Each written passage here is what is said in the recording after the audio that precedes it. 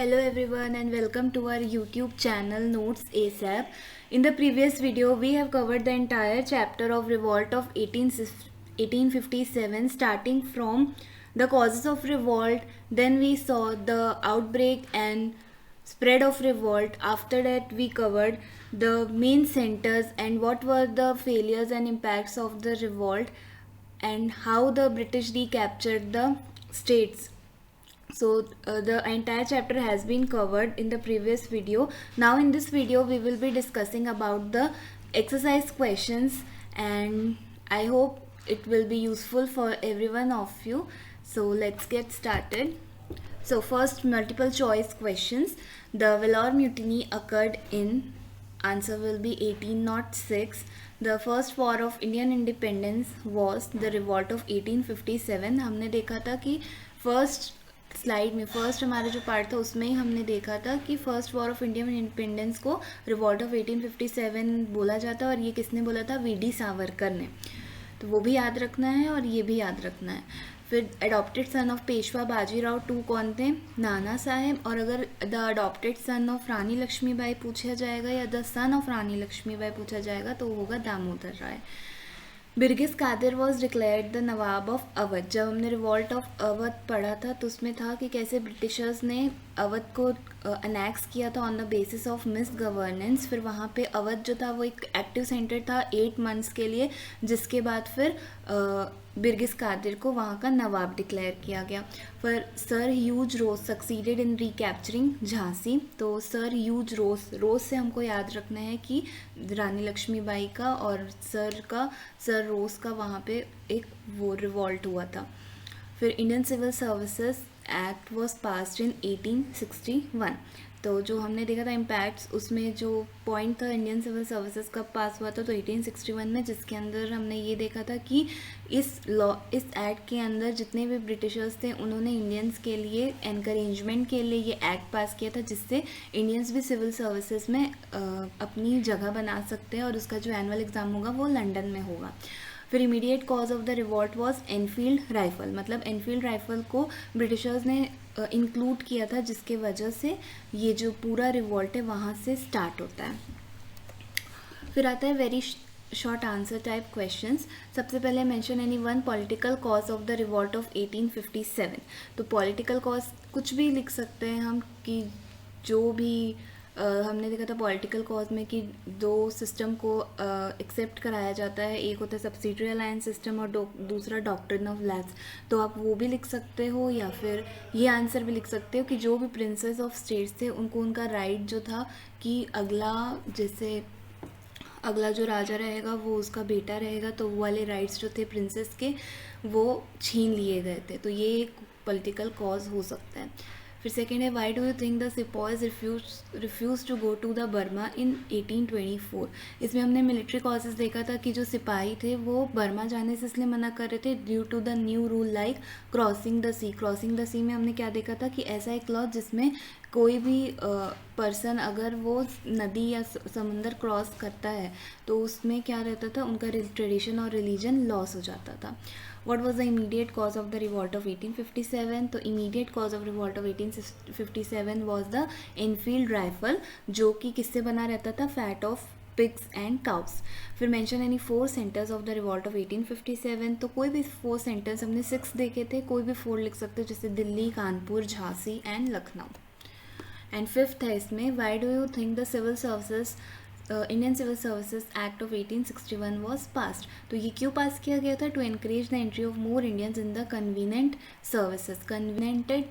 कन्वीनेंट service का मतलब होता है किसी को भी किसी चीज़ के लिए अश्योरिटी देना, जैसे कि ब्रिटिशर्स ने इंडियंस को ये अश्योर किया था एक एग्रीमेंट या फिर एक प्रॉमिस का कि हम आपको सिविल सर्विसेज में जॉब देंगे या एक पोस्ट देंगे, तो उसको कन्वीनेंटेड पोस्ट सर्विस बोलता है. फिर आता है short answer type questions. Why did the Muslim revolt against the British. तो मुस्लिम्स ने क्यों रिवॉल्ट किया था? क्योंकि मुस्लिम्स की फीलिंग्स भी ब्रिटिशर्स ने बहुत हर्ट की थी. कैसे? जो मुग़ल के जो किंग्स थे उनका नाम हटा दिया गया था, उनके जो कॉइन्स थे कंपनी के उसमें जिनका नाम लिखा था उसमें से मुस्लिम किंग्स के सारे नाम हटा दिए गए थे, जिससे मुस्लिम्स की फीलिंग हर्ट हुई थी.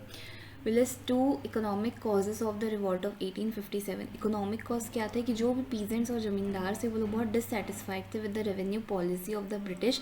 तो जो ब्रिटिश थे उन्होंने टोटली इग्नोर कर दिया था लैंडलॉर्ड्स को, जिसके वजह से वो डायरेक्ट कॉन्टैक्ट कर पा रहे थे पीजेंट्स की वजह से। तो इसलिए लैंडलॉर्ड्स भी दुखी थे और पीजेंट्स और ज़मींदार भी दोनों दुखी थे। Pivot events took place in Awadh. Awadh में क्या हुआ था कि जो ब्रिटिश थे उन्होंने एक सब्सिडरी अलायंस सिस्टम इम्पोज कर दिया था 1801 में। 1856 में अवध को भी एनेक्स मतलब छीन लिया गया था ब्रिटिश ने on the pretext of miss governance बोल के अवध को भी अपने अंडर में ले लिया था। अवध जो था वो एक्टिव सेंटर था रिवॉल्ट का फॉर मोर देन 8 मंथ्स के लिए वहाँ पे रिवॉल्ट चलता रहा। और फिर लास्ट में क्या रहता है कि बिरगिस को वहाँ का नवाब डिक्लेयर कर दिया जाता है। तो ये थे इवेंट्स जो कि टुक प्लेस हुए अवध में। Next comes how did the British succeed in suppressing the revolt. तो ब्रिटिश ने कैसे उस रिवॉल्ट को दबाया। सबसे पहले उन्होंने न्यू लॉ पास किए जिसमें उन्होंने फ्रेश रीइंफोर्समेंट या फ्रेश जो भी लोग थे उनको इंग्लैंड से बुलाया गया। फिर दिल्ली को रिकैप्चर कर लिया ब्रिटिश ने सितंबर 1857 में, जिसमें ब्रिटिश ऑफिसर जॉन निकलसन की डेथ उसको मार दिया जाता है। बहादुर शाह को अरेस्ट कर लिया जाता है और उसको लाइफ इम्प्रिजमेंट दे दिया जाता है। और हमने देखा था कि बहादुर शाह को और उसकी जो वाइफ रहती है बेगम जीनत महल, दोनों को रंगून भेज दिया जाता है, जहाँ पे बहादुर शाह की रंगून में डेथ हो जाती है नवंबर 1858 में। फिर आता है Lucknow was recaptured by Colin Campbell in March 1858 और कॉलिन कैम्बेल ने गोरखा रेजिमेंट की हेल्प से लखनऊ को रिकैप्चर किया था। फिर कैम्बेल सक्सीड हो गए थे कानपुर को भी अपने अंडर में लेने में दिसंबर 1858 में, जहाँ पे बेगम हजरत और नाना साहेब लड़ रहे थे वो नेपाल एस्केप हो जाते हैं और तात्या तोपे जो रहता है वो रानी लक्ष्मीबाई की आर्मी ज्वाइन कर लेता है और उसके साथ लड़ाई करता है। तो ये थे हमारे जो भी ब्रिटिश था वो कैसे रिवॉल्ट को दबाने की कोशिश कर रहे थे। फिर आता है what are the features of the government of India act 1858। तो गवर्नमेंट ऑफ इंडिया एक्ट आता है इम्पैक्ट में कि क्या क्या चेंजेस हुए रिवॉल्ट होने के बाद। तो जो भी पावर थी ईस्ट इंडिया कंपनी की वो ट्रांसफ़र कर दी थी ब्रिटिश क्राउन को।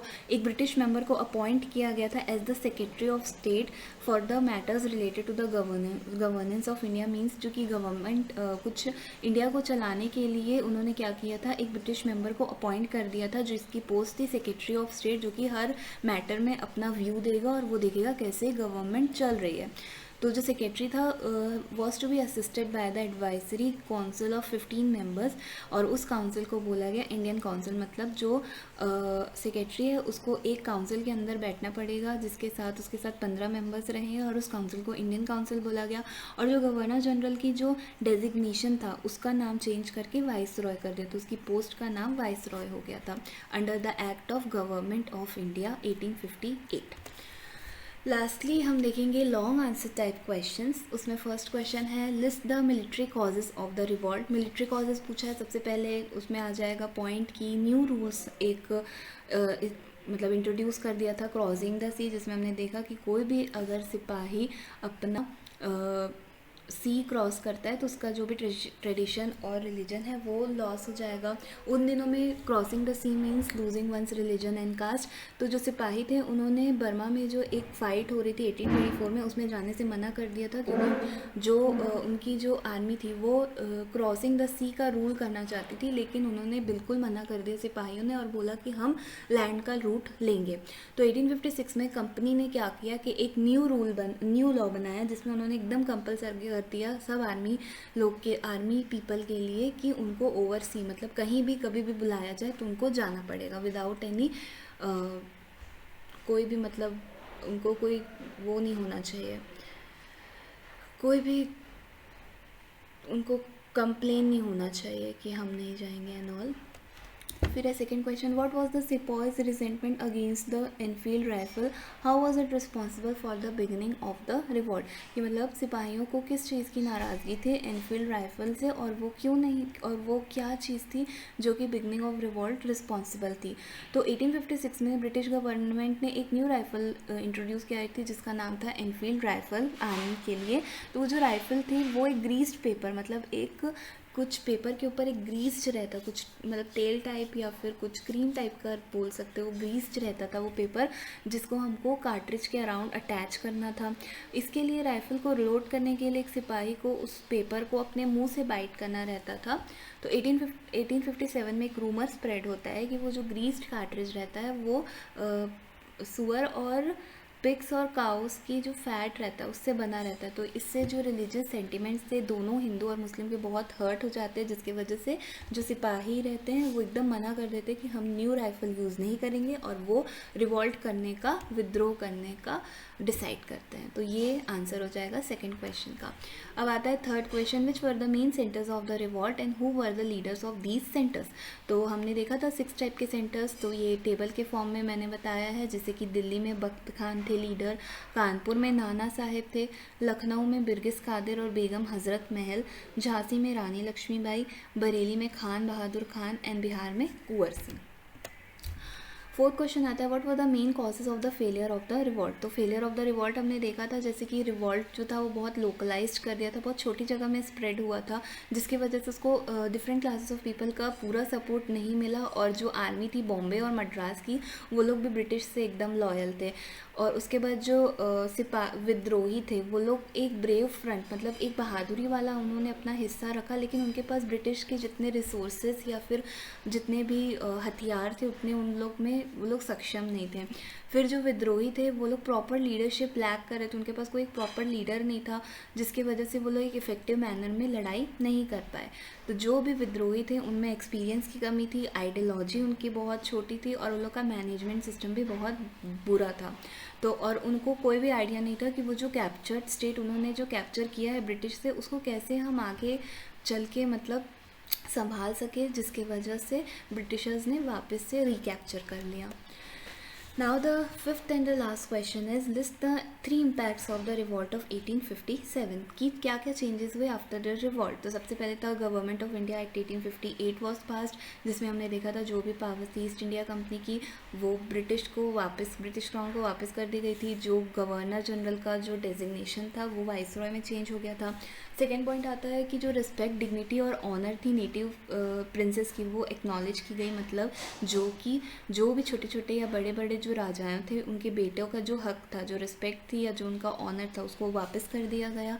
जो भी रूलिंग चीफ थे उनके जो एरिया का जो राइट था वो उनको वापस दे दिया गया, रिस्टोर कर दिया गया। और जो भी उनकी प्रॉपर्टी और टाइटल थे सक्सेसर, मतलब उनके आने वाले जो किंग थे उनका भी पूरा हक दिया गया, इवन अडॉप्टेड सन का भी। तो जो इंडियन चीफ थे उनको ब्रिटिश क्राउन को सॉवरेन पैरामाउंट से उनको एक्सेप्ट करना पड़ा। और लास्टली है the Indian civil act of 1861 was passed. तो ये था हमारा आज का सेशन जिसमें हमने पूरे एक्सरसाइज क्वेश्चंस CBSE के जो जितने भी बुक में क्वेश्चन थे वो सारे हमने कवर कर दिए। आई होप ये आंसर्स आपके लिए बहुत बेनिफिशियल हों और आप इससे you can make the most of it. So try to understand this chapter, and if आपको कोई भी परेशानी हो रिगार्डिंग दिस चैप्टर, 4 पार्ट्स इसकी डिस्क्रिप्शन बॉक्स में लिंक मैं डाल दूँगी जिसमें आपको सारे वीडियोस मिल जाएंगे। अगर कुछ भी डाउट आता है आप वीडियोस को खोल के देखिए, आपको एक एक टॉपिक का डिटेल थरली उसका एक्सप्लेनेशन मिल जाएगा। If you have any doubt, please write in the comment section. Do like, share and subscribe my channel, and thank you for watching.